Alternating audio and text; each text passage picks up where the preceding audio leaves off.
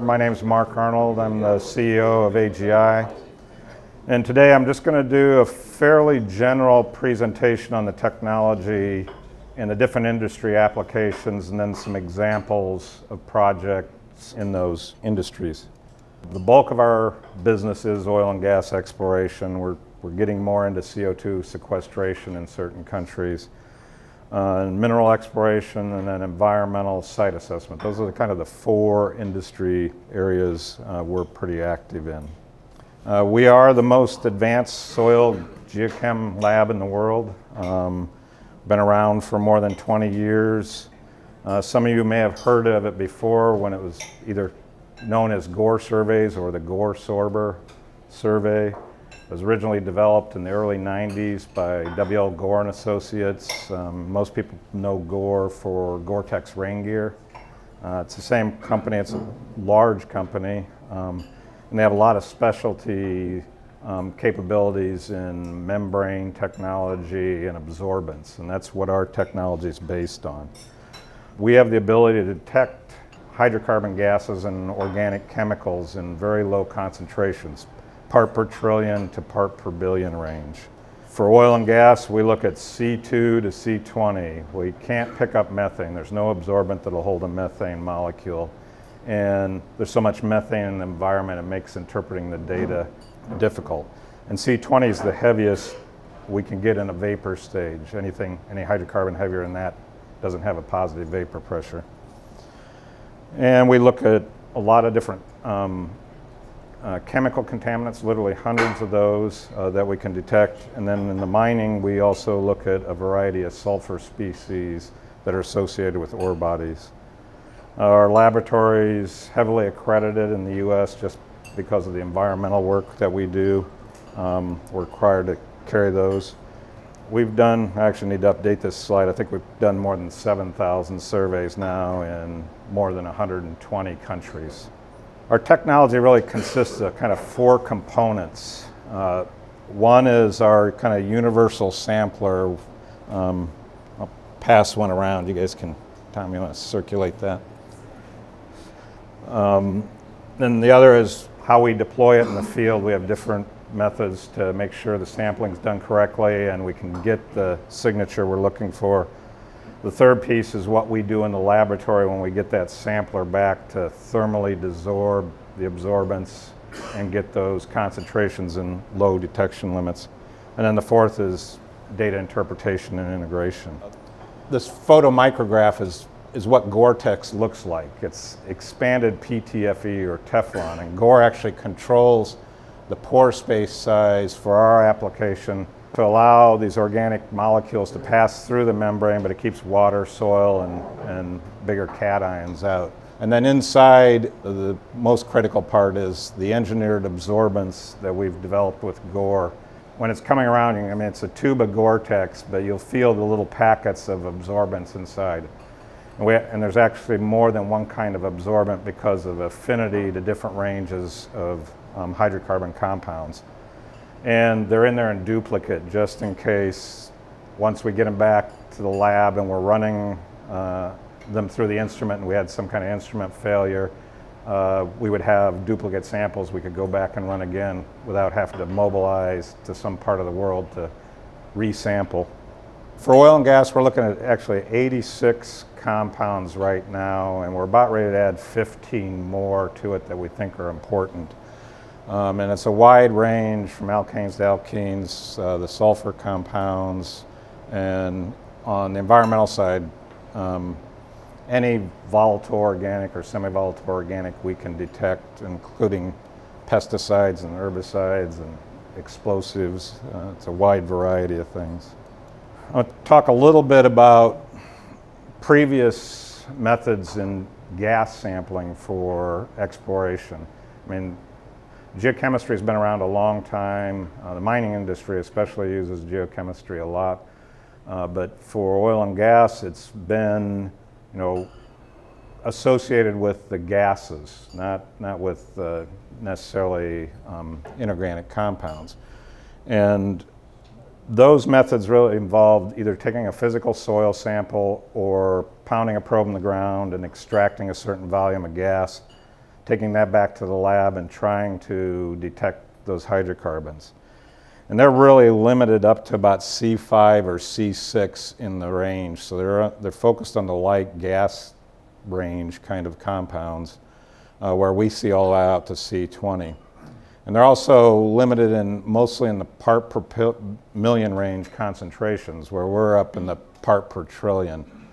And there's a lot of variability with that sampling depending on how dry or wet the soil is, or the soil composition, whether it's clay or sandy. So our sampler tries to take that variability out of the process. Oil and gas, we work onshore, offshore. We do a couple of things offshore. One, we look at seeps and slicks, which we call macro seepage, which I'll talk in a little bit. And we're primarily doing that when we're trying to establish the existence of a petroleum system in a basin or a block. And we are now also doing downhole, where we collect cuttings and expose the module to that. And that's been mostly used in the unconventional market for oil and gas, as they're trying to, especially the initial test wells in a shale zone or a tight sand, to figure out where the liquid phase is.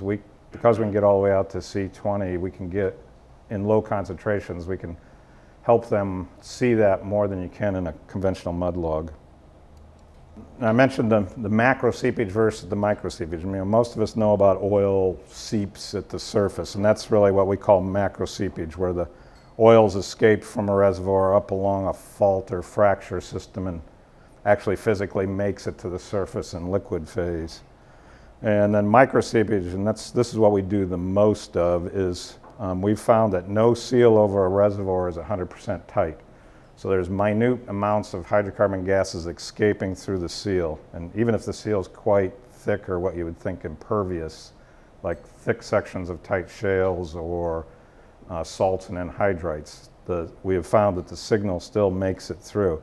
And it migrates directly vertically. It's not offset from the reservoir. So that's where we can help identify potential areas for reservoired hydrocarbons. This is just a snapshot. I don't expect you to memorize this, of the compounds that we are currently looking at. But it's a wide range of alkanes and alkenes, and some of the sulfur compounds and other compounds. Typical survey design, whether it's onshore or offshore, which is primarily for the macro seepage, is we like to do uniform grid patterns. The sample spacing between those grid points is quite variable, and it depends on the geology of the target. If it's a small pinnacle reef, they may be 100 meters apart. If it's a large structure or big stratigraphic feature, they could be a kilometer or more apart. If we're in an area that has production, especially from the target formation, like this oil well, we'll put 15 or more samples around the wellhead, far enough away that we don't have any well pad or surface activity contamination. But what we want to do is get the chemical fingerprint of those gases seeping up from that formation. So in this case, C2's on the left, C2's or 20's on the right, and this has a lot of mid-range, lighter oil type signature to it. And likewise, if it's a gas target, we'll fingerprint that gas well. And we also want to look at a negative analog where it's a dry hole, especially if it's been drilled through the target formation, and preferably even in the basement. And we almost always see some gas signature in any sample, even when it's background and non-perspective, and that's because of source rock. So we'll get a little bit of light gas, typically, that's just pervasive across the basin. And when we have this well control, when we get the results back, what we're doing, usually we use discriminant analysis, and we're trying to compare this fingerprint to the dry hole fingerprint, and then compare it to each individual sample response for the field samples. So if the chemistry looked a lot like the signature of the oil well, we'd assign that particular sample point a high probability of being over reservoired hydrocarbons similar to this. And likewise, if it looks like the dry well, we would assign it a very low probability that it's unperspective. The field sampling method is fairly simple onshore. I mean, we're literally just making a small diameter hole big enough to get that sample module in the hole, about a ½ meter deep. Most soil conditions, that's just pounding a probe into the ground. If it's rocky, we'll use battery-operated impact drills to get the hole in. Samplers have to wear these nitrile gloves because our collector's so sensitive. If they smoke cigarettes or put on bug spray or sunscreen, we'll pick that up, and we don't introduce any contamination. Most of our offshore work is fairly deep water. We do in closer to the coast, and on some occasions we'll use divers to actually put that module I passed around in the seafloor and then recover it. Deep offshore, we're taking a core of the sediment, usually 6 meters or more in length, and we take a subcrop of the sediment, put it in the bottle, specialized shot jar with a different absorbent assembly for a certain time period. And onshore, we leave the samples typically in the ground for 21 or 22 days. We know the uptake rate of the absorbents, so that's about the optimum exposure period. As an example of a project, this was a project in South America. The client had shot a long strip of 3D along this kind of north-south fault, and they were producing from the right-hand side of the fault with a number of wells. And they wanted to see if they could get production on the downdrop side of the fault. We then ran our survey over the entire area. In this case, the red-orange shading means it looked very much like the oil signature from some of their wells that they were producing from. And the gray-blue looked very unperspective to us. This particular client targeted their first well in an area that looked unperspective to us, and we recommended they don't drill that. But I think they were looking at this closure probably because that was across the fault from their highest producing well in the field. They did drill that. It was a $15 million dry hole because it was helicopter-borne drilling, so it was really expensive. They then came back and reprioritized their drilling to look at the areas where our geochemical anomaly closely correlated with their structure. So in this case, there was a splay fault with a closure on it. They drilled that well. I think it was 800 barrels a day, and they went on to develop that field. So we're not a replacement for geophysics. We're an additional layer of information to try to show you which structures or features are charged. I also wanted to kind of go back and compare what we do to those older technologies I mentioned. So when I was talking about the limitation up to C5 or C6, I just took a good 300 barrel a day well and a nearby dry well to compare the signature in that up to C6 range, and they're fairly similar. The good well is a little more pentane. But when you add our suite of chemistry, you see all the heavier oil phase hydrocarbons that you wouldn't see with the older technology. So if you were trying to map prospective areas based just on that up to C6 range in this yellow shade, it'd be very hard to differentiate and map prospective areas just on those lighter hydrocarbons. That's why the addition of the heavier hydrocarbons is really important to help be successful. I want to put a couple slides on just to talk about kind of the rate of microseepage. When I first started working on this in the 90s, I was envisioning geologic time for these gases to work their way to the surface. But we've done enough projects now where we repeat the sampling periodically to get a feel for how fast the gases are coming to the surface. So this is a quite shallow one in the US that was a gas storage field where in the winter months they sell off the gas to heat the houses and then deplete the storage field. In the summer months they recharge it for next year. So this was July. They'd pretty well drained it out from the previous year. We had a little bit of signature left. Then they charged it up until the fall in October, and then January is when they started selling the gas, so we surveyed again. And then by April, they'd pretty much completely drawn that down. So that tells us the gases are moving more like meters per day than years.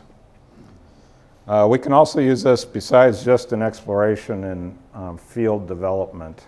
So this is a project where we did the initial survey. They came through and drilled the wells based on our anomalies. And then 4 years later, we resurveyed it because they were concerned about compartmentalization in the reservoir. So we started picking up areas that look compartmentalized. And I don't have the new wells on here, but they actually drilled a couple more wells to fully drain that. And then after 8 years, it was completely depleted. And offshore, we do, as I mentioned, a couple of things. When we're looking for the macro seepage, we look for surface slicks, and we use satellite imagery and some other methods. We'll also use seismic data if it's available to help target where we want to collect our cores. If we don't have that, we'll use detailed multi-beam sonar and backscatter and some other things to look for especially the macro seep, those physical vents on the seafloor.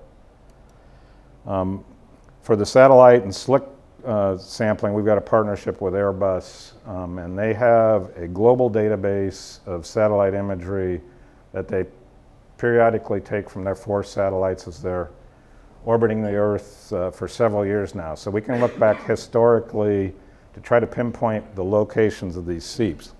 And what we're looking for is where a seep originates from the same point. It's not somebody pumped the bilge out of their ship. So in this case, the black trace is the active seep at this time, and all the different color traces are historical seeps that occurred at different times. So we know the origin on the sea must be on the seafloor somewhere near this point, and that's where we would target to actually take a physical core. At the surface, when we see an active seep, and we will at times when we're out doing an offshore program, we will have near real-time imagery from Airbus to say, oh, there's a seep bubbling up over here. We can run over with our surface sampler, which is the absorbent without the membrane on it, and it's just on a little fishing pole, and you cast it out, drag it through the slick, and when we have that, we're actually physically getting a liquid sample. So we can analyze all the way out to C35 and look at biomarkers, which helps when we're trying to determine if petroleum system's present. When we have seismic data, we'll look for gas chimney type features and pick a coring location there. In this particular case, we had a number of them that we picked to look at the petroleum system, but also the seismic had several potential source rock areas, and what we and our partner, or the client, felt was good potential for reservoir hydrocarbons in this trap. So we actually did a grid over this whole area to look at the micro seepage pattern also. And this is just some examples of the backscatter and the multi-beam sonar where we're trying to pick the actual vent, and we have very detailed control on the core, because especially in deep water, when you drop that core, it kind of goes all over, and it's kind of hard to make sure you're getting the point you want. And so we'll track that with sonar, and we have a camera on the core so we can make sure we're sampling where we want to sample. And then this is an example where it was more of a microseep survey laid out. I think there were 250 samples or so. Part of it was based on some geophysical data, and they had a few clustered areas that were potential drilling targets. We did this survey mostly to look for areas that looked charged, and then also delineate for some additional 3D seismic they were thinking about doing. So this is kind of what, we need the oceanographic vessel, and there's the piston core, and we put different weights on it, but usually we're getting, anywhere from 6 to 15 meter core when we do that. This is the results from that gridded survey in the southern area. We had a very strong oil signature in this area, and it corresponded with one of their geophysical anomalies, and they had a second geophysical anomaly over here that we had no signature on. It looked barren to us. Det Norsk drilled that well first. It was a dry hole. And then they drilled this one. This was the Wisting Field discovery, which is in excess of 100 million barrels. And you can see kind of the profile, what the chemistry looked like for that discovery. So that's kind of how we do onshore and offshore. I'll talk just briefly about what we're doing downhole when we collect cuttings off the shaker table while they're drilling, and it goes in the same jar we use offshore. And we're trying to characterize the liquid-rich portions, mostly in unconventional reservoirs, as they're drilling. And this is an example from an early evaluation well in the Eagleford Shale. So the left-hand display is the lighter gases, C2 to C6, and the right-hand display is the heavier oil-like. And we were able to determine, which zones were primarily gas or mixed gas and oil or primarily oil. And that affected how they planned where they would kick off and complete their lateral, and then which zone they were going to frack going forward. Just kind of a snapshot of companies that have used this extensively in their drilling success rate. So this was a company that was working just in one basin in Argentina, and they used over 10,000 samples. And they drilled 164 post-survey wells, and 90% of those were successful. Likewise, Vintage Petroleum, this was a combination of U.S. and international onshore and offshore, but they had roughly a 90% success rate, and likewise for royalty exploration. So that's it on the exploration side. Just put one slide in, I think, on CO2 sequestration. And what we mostly do with that is, we have done some surveys where we're looking at reservoirs to see if we see evidence of fault leakage, the macro seepage, but really what they want to know is when they're going to start injecting, is it holding the CO2? So we've been involved with a project in North Africa for quite a while, and when they inject the CO2, we put these PFC tracer gases in low concentrations that we know we can detect. They're very unique, and we see them both in the soil gas and in the groundwater of the area. So that's been successful in the early evaluation phases over the last few years. Now it's going to go to a permanent CO2 storage operation, and we'll be putting in 400 permanent kind of miniature monitoring stations over that field to probably semi-annually sample, and that'll be both in soil gas and in groundwater. We can actually suspend our sampler in water because of the membrane. Mineral exploration, the majority of outcropping mineral deposits that are at the surface, especially the bigger ones, have been found. The challenge to the industry now is to find those that are buried under post-mineralized cover. And most of the existing soil sampling technologies and things, they can get, if it's fairly near the surface, they can still get some residual signal at the surface, but if they're deeper, it's hard to detect those ore bodies. So we've been working on detecting gases that come from that.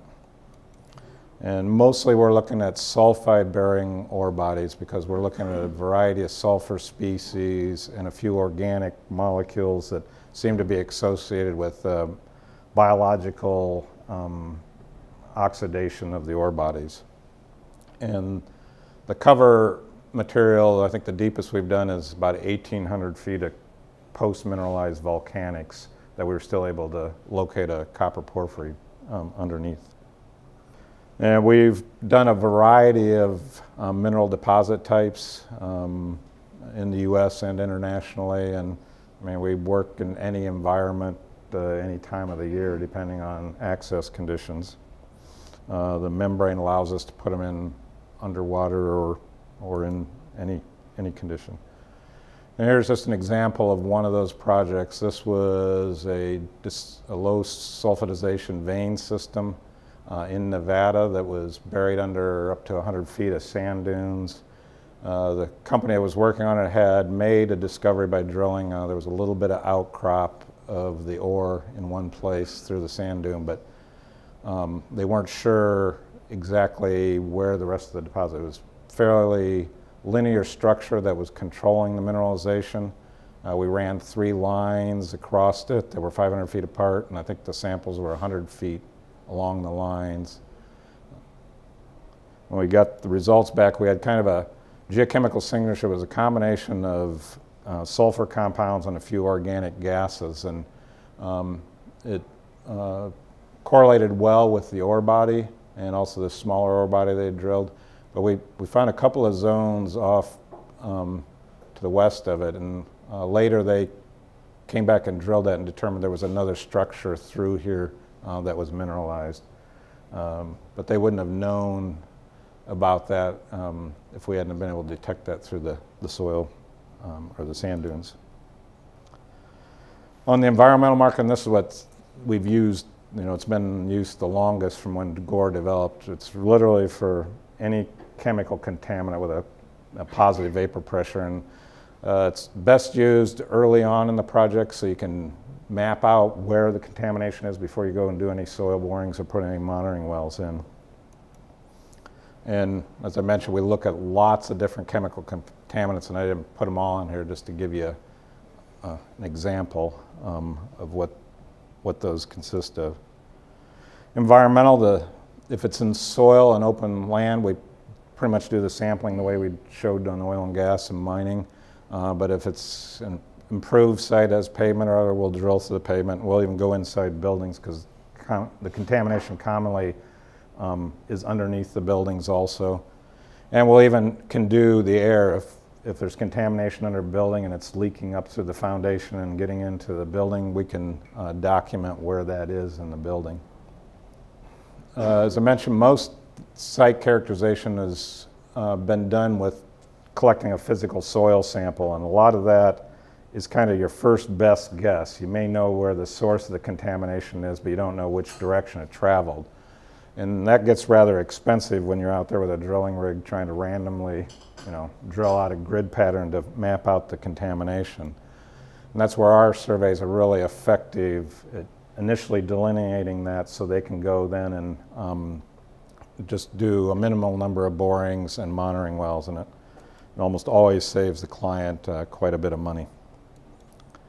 And just an example of an environmental project, this was a really old pre-World War II site in the eastern U.S.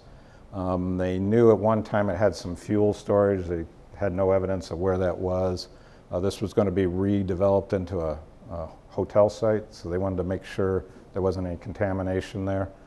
We ran our survey and basically were able to map out where those old fuel storage tanks were, and then they were able to go in and clean that up and then redevelop the site.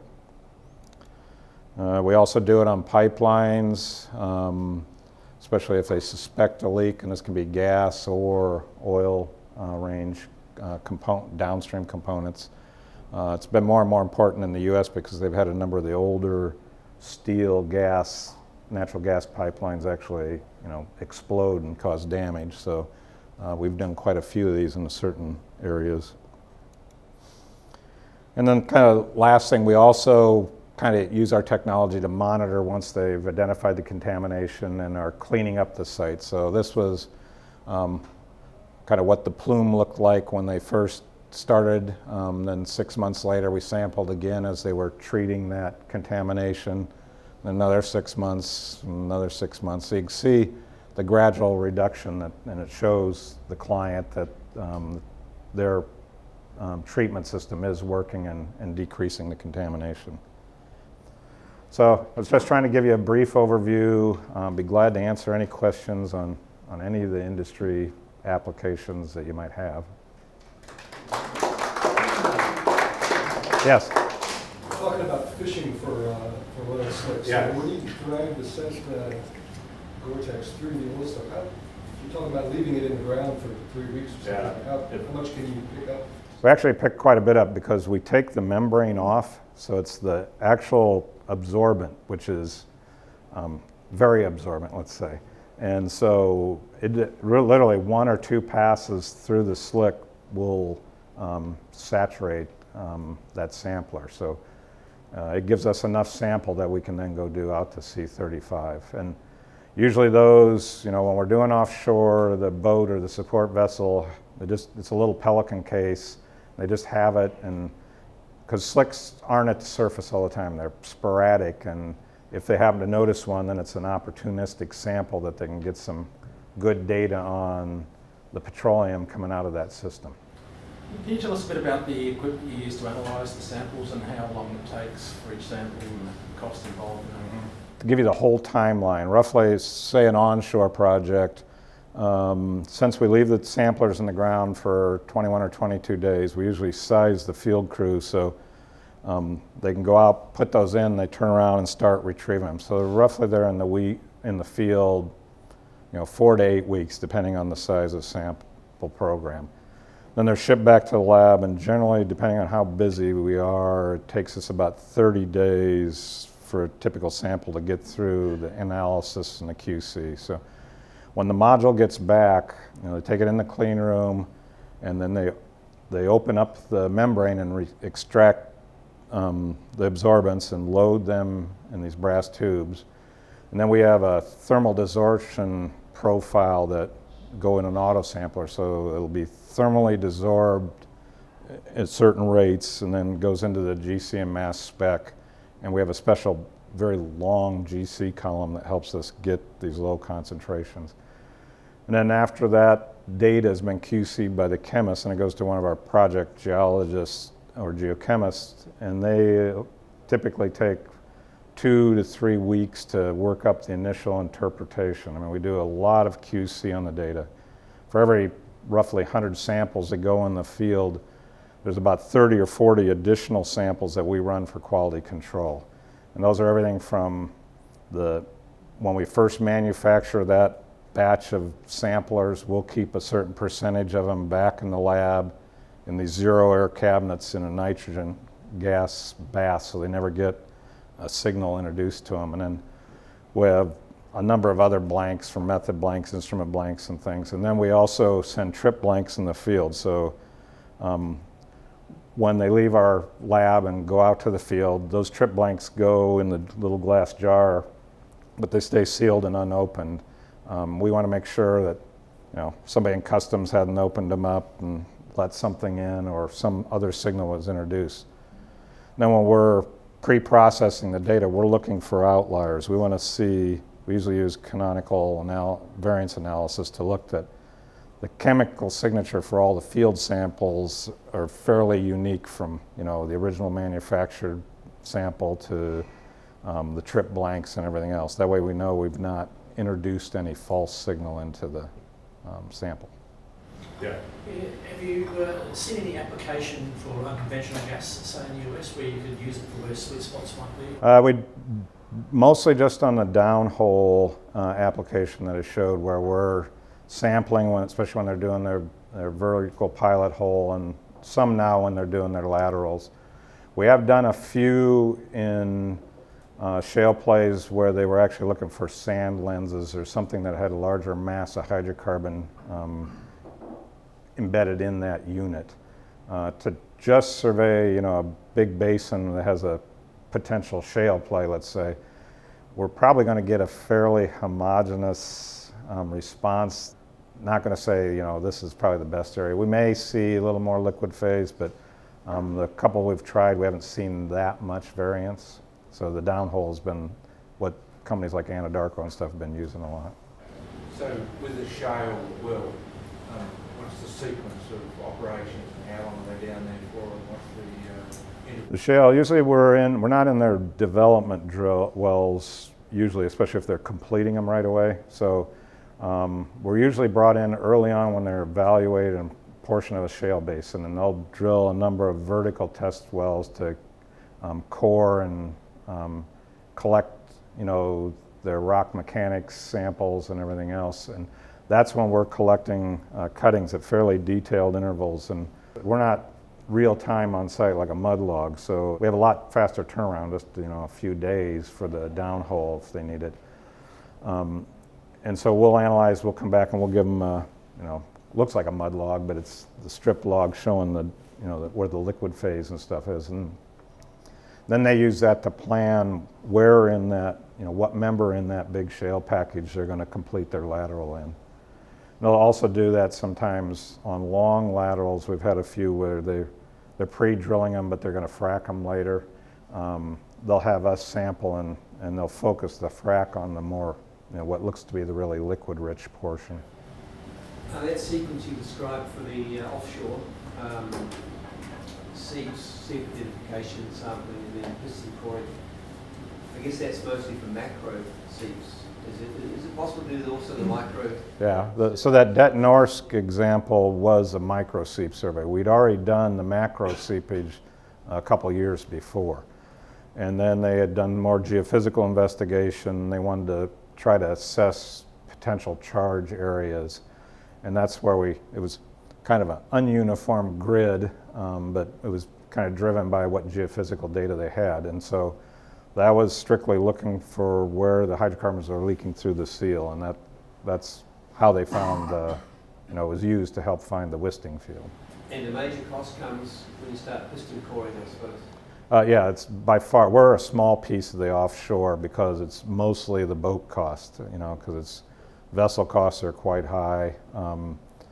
We typically, if we're going to, we have several coming up in the North Sea, and when we know we're going to mobilize on one job, we'll let the other operators know, and then we can, double up and save on the mob. We have just started doing multi-client geochem. We have 3 projects, one with Nalcor, the National Oil Company of Newfoundland.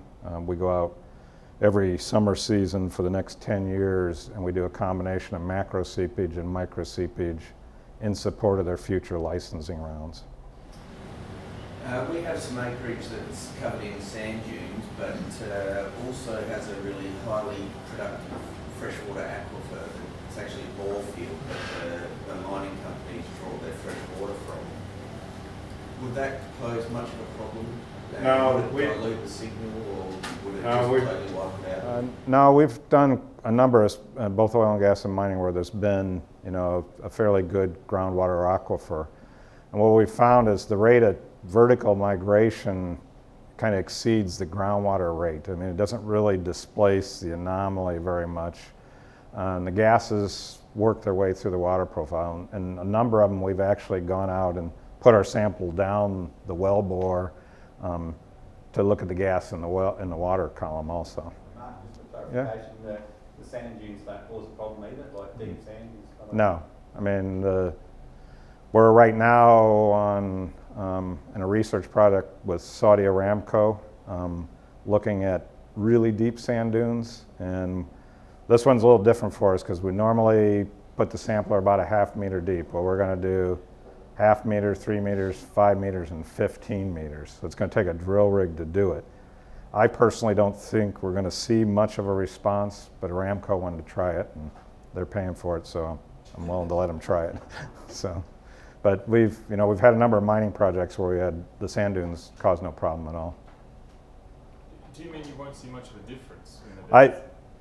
I suspect we're not going to, because of the time period, the gas is coming through, whether it's 15 meters deep or at the surface. I suspect the concentrations aren't going to be that much different. And I don't expect any speciation change.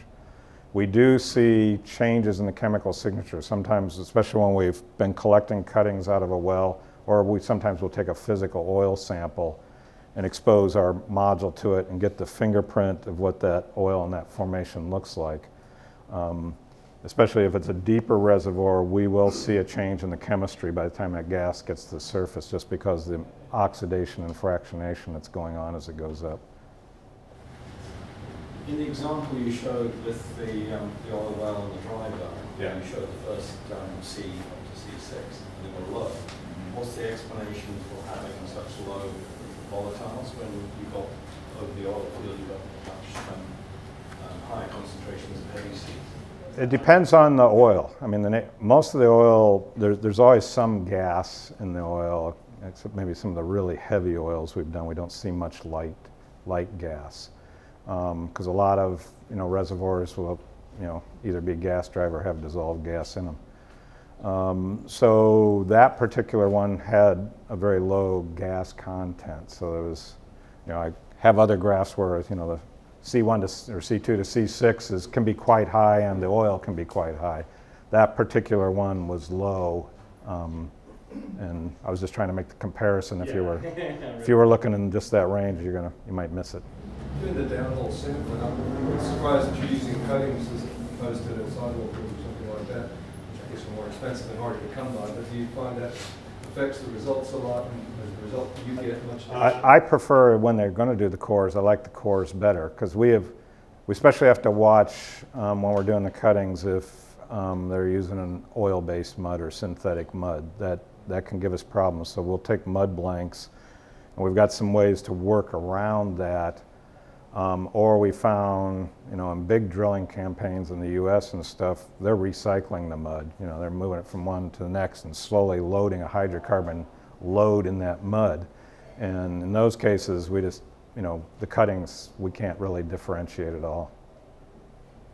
But a core is better. And we've actually gone back to some old cores and frozen cores and sampled those. I mean, we did that for Nalcor. We went back to their old frozen core library and picked out some zones they were interested in, and then put our sampler on it with a container over it and heated the core up a little bit, and we were able to get a gas signal off of that old core. If you've got a really prolific source rock, like you have Guinea Bissau and things like that, do you get this huge background? We would definitely see more of a signature, pervasively over that source rock, but it's when it's concentrated in the reservoir that we see the most. I mean, our signal really is a combination of reservoir pressure, thickness of the reservoir, and porosity. So that mass of hydrocarbon under pressure is what drives what we consider anomalous. So actually, the deeper reservoirs tend to give us a little stronger signal than the shallower one, and I think that's a function of the pressure. So even in a dirty or rich source rock area, we can still pick out that much more massive amount of reservoir hydrocarbons opposed to what's in the source rock. Well, I want to thank everybody. I mean, it's been a pleasure to talk to you. I'm enjoying my visit down under. I mean, my last time I was in Perth was 40 years ago. I was a little younger then. All right, thank you all.